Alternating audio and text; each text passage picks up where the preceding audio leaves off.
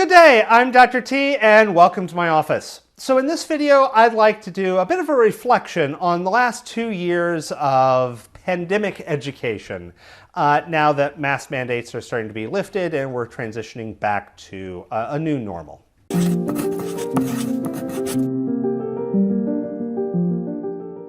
Okay, so for anyone who's been living under a rock, or probably more likely for anyone in the far future when maybe this whole pandemic thing has become a distant memory, a little bit of context.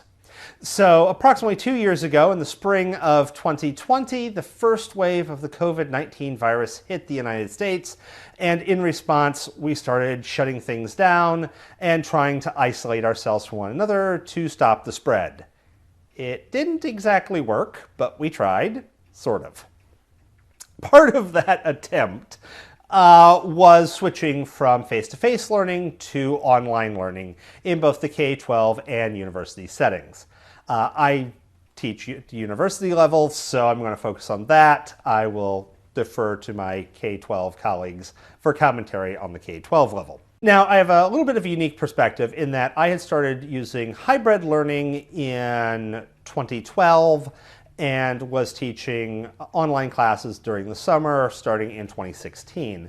So I had a little bit of experience going into this whole not actually interacting with your students thing and doing the online learning approach. But this, of course, was definitely a new thing and a new scale and something that was a learning curve for myself and everyone around me. This was new. So reflecting back on it, and this is kind of my goal here, is now that mask mandates are being lifted, let's think about the future. Well, back in 2012, there was this kind of idea going around that massive open online courses, or MOOCs, were going to replace all of university. There would be maybe 5 universities in the world, the best of the best, and then all of the others would close their doors and go extinct, and that there would be these online courses with 100,000 students in them, learning from the greatest educators to have ever lived. And that really never went anywhere. It turned out that didn't work very well. But this idea kind of has bounced around that online learning is going to destroy the modern concept. And, well, after 2020, I don't see that future happening. And so why? Well, first was a problem that I had started to see in earlier experiences with online learning. And that is, in particular with asynchronous courses, which I personally think really, if you're going to do online, asynchronous makes the most sense. Online gives the student a lot of flexibility and freedom to match their schedule to their course needs. And if you go synchronous, then all of a sudden you've only partially freed up their schedule. So a busy working person, a parent, etc., is still going to be locked out of the education. Whereas in an asynchronous course, this gives options for parents and individuals employed.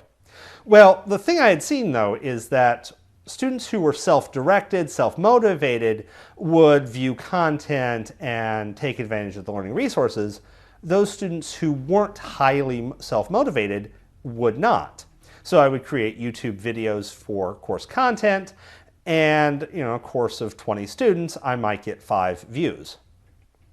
And I'm fairly certain they're not having viewing parties. So that means most students aren't viewing the course content. They're probably trying to gather it simply from the PowerPoint slides or from the textbook, which presumably should be doable. I mean, that's actually kind of the original way college education worked. It was, here's the book kind of thing. But their test scores typically reflected that they weren't successfully learning the content, which is not surprising, especially in the asynchronous model. If you don't have a fairly decent amount of self-motivation, self-drive, then it's very easy to fall a bit behind. And especially in a lot of the sciences, once you fall behind, things tend to snowball and it doesn't work out well. I remember 2018, I had a student who was taking my online lecture and lab course. They basically bought the kit and did it at home kind of stuff, buy chemicals from the hardware store. It was a 4-week course, and they were going to be, for the first 3 of those 4 weeks, in Italy. and they didn't do any of the content because they didn't have good access to internet cafes for whatever reason. And of course, it was kind of hard to do the labs when you're in a hotel in Italy.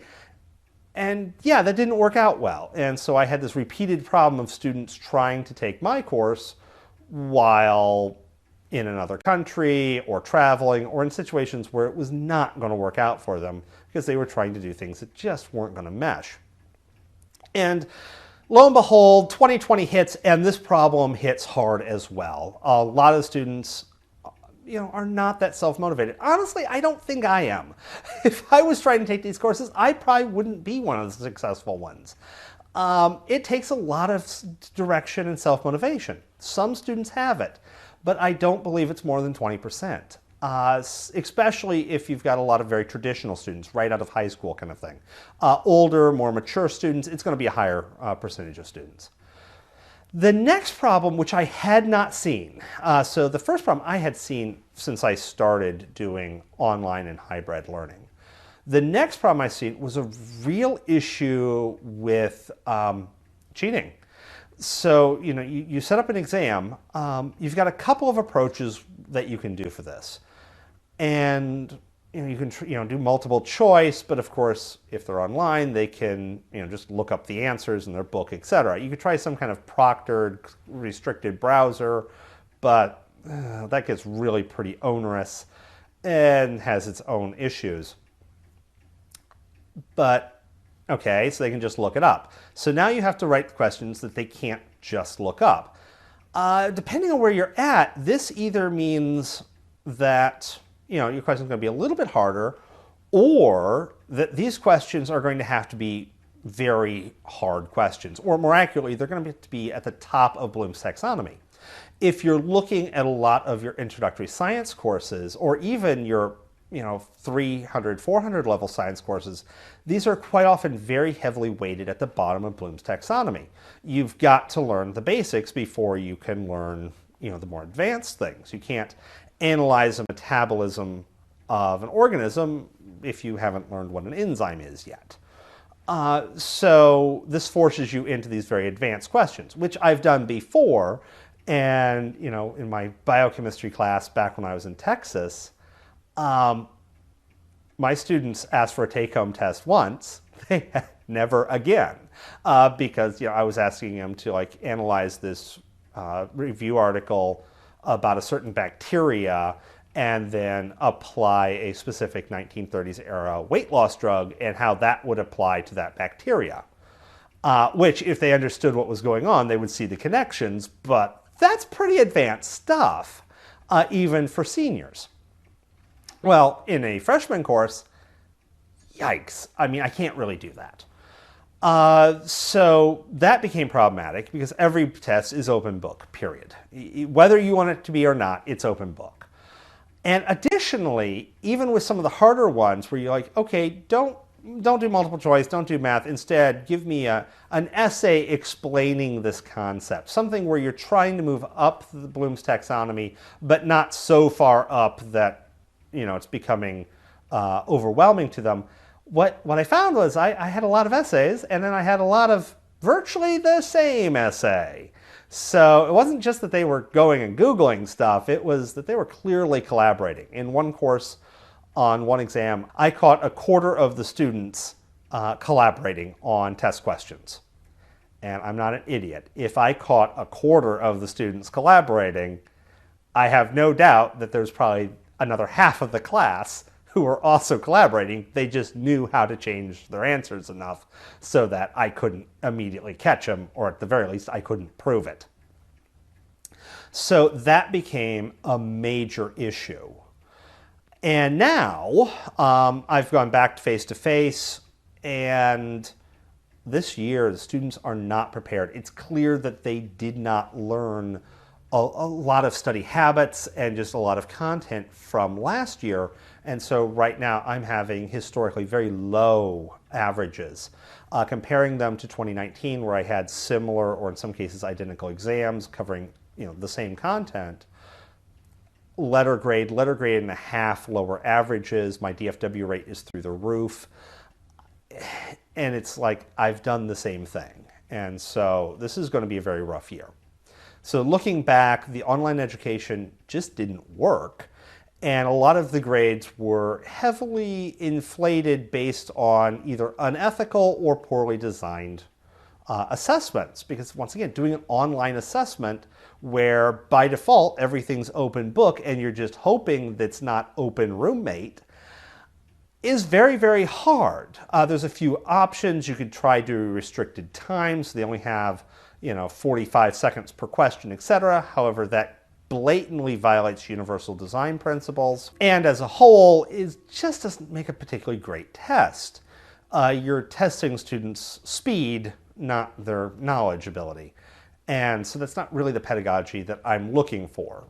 Particularly, certain classes, maybe that's a different story, but for most of mine and most of the ones I can conceive of, can you do a question in 45 seconds versus a minute and a half, does not really align well with course assessment goals. So then looking at the future, the major problem with self-directed, a lot of students don't like online learning. The massive feedback that I've been getting from my students. Now, to be clear, I am in a more conservative location, and unfortunately, this has all become a political issue. I don't think that the dislike of the online learning is inherently that massively different. It's only a weighing of the COVID versus online that's the difference. But in general, the students have been very vocal about not wanting online education. They do not like that. They know it does not work well for them. And it very clearly does not work well for them.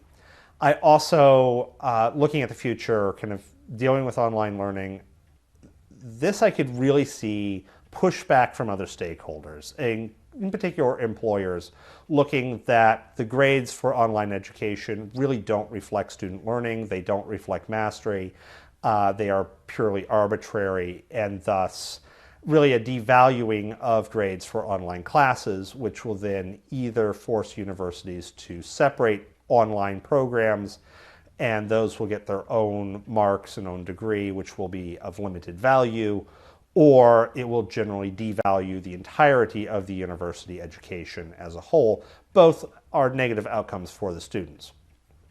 So a future with massive online classes where there's only 5 universities in the world, yeah, I don't see that happening. I think that idea was dead in 2014, and honestly, 2020 showed that that's a terrible idea. Education, at least for the foreseeable future, is still going to be a handcrafted thing, hopefully with a reasonably decent student-to-instructor ratio, in what is probably going to be a face-to-face class or something similar for the foreseeable future. So with that said, leave any comments you have about online learning and any experiences. Did the classes you teach or took work well for you, or were they a dumpster fire? With that said, have a wonderful day, and I will see you in later videos.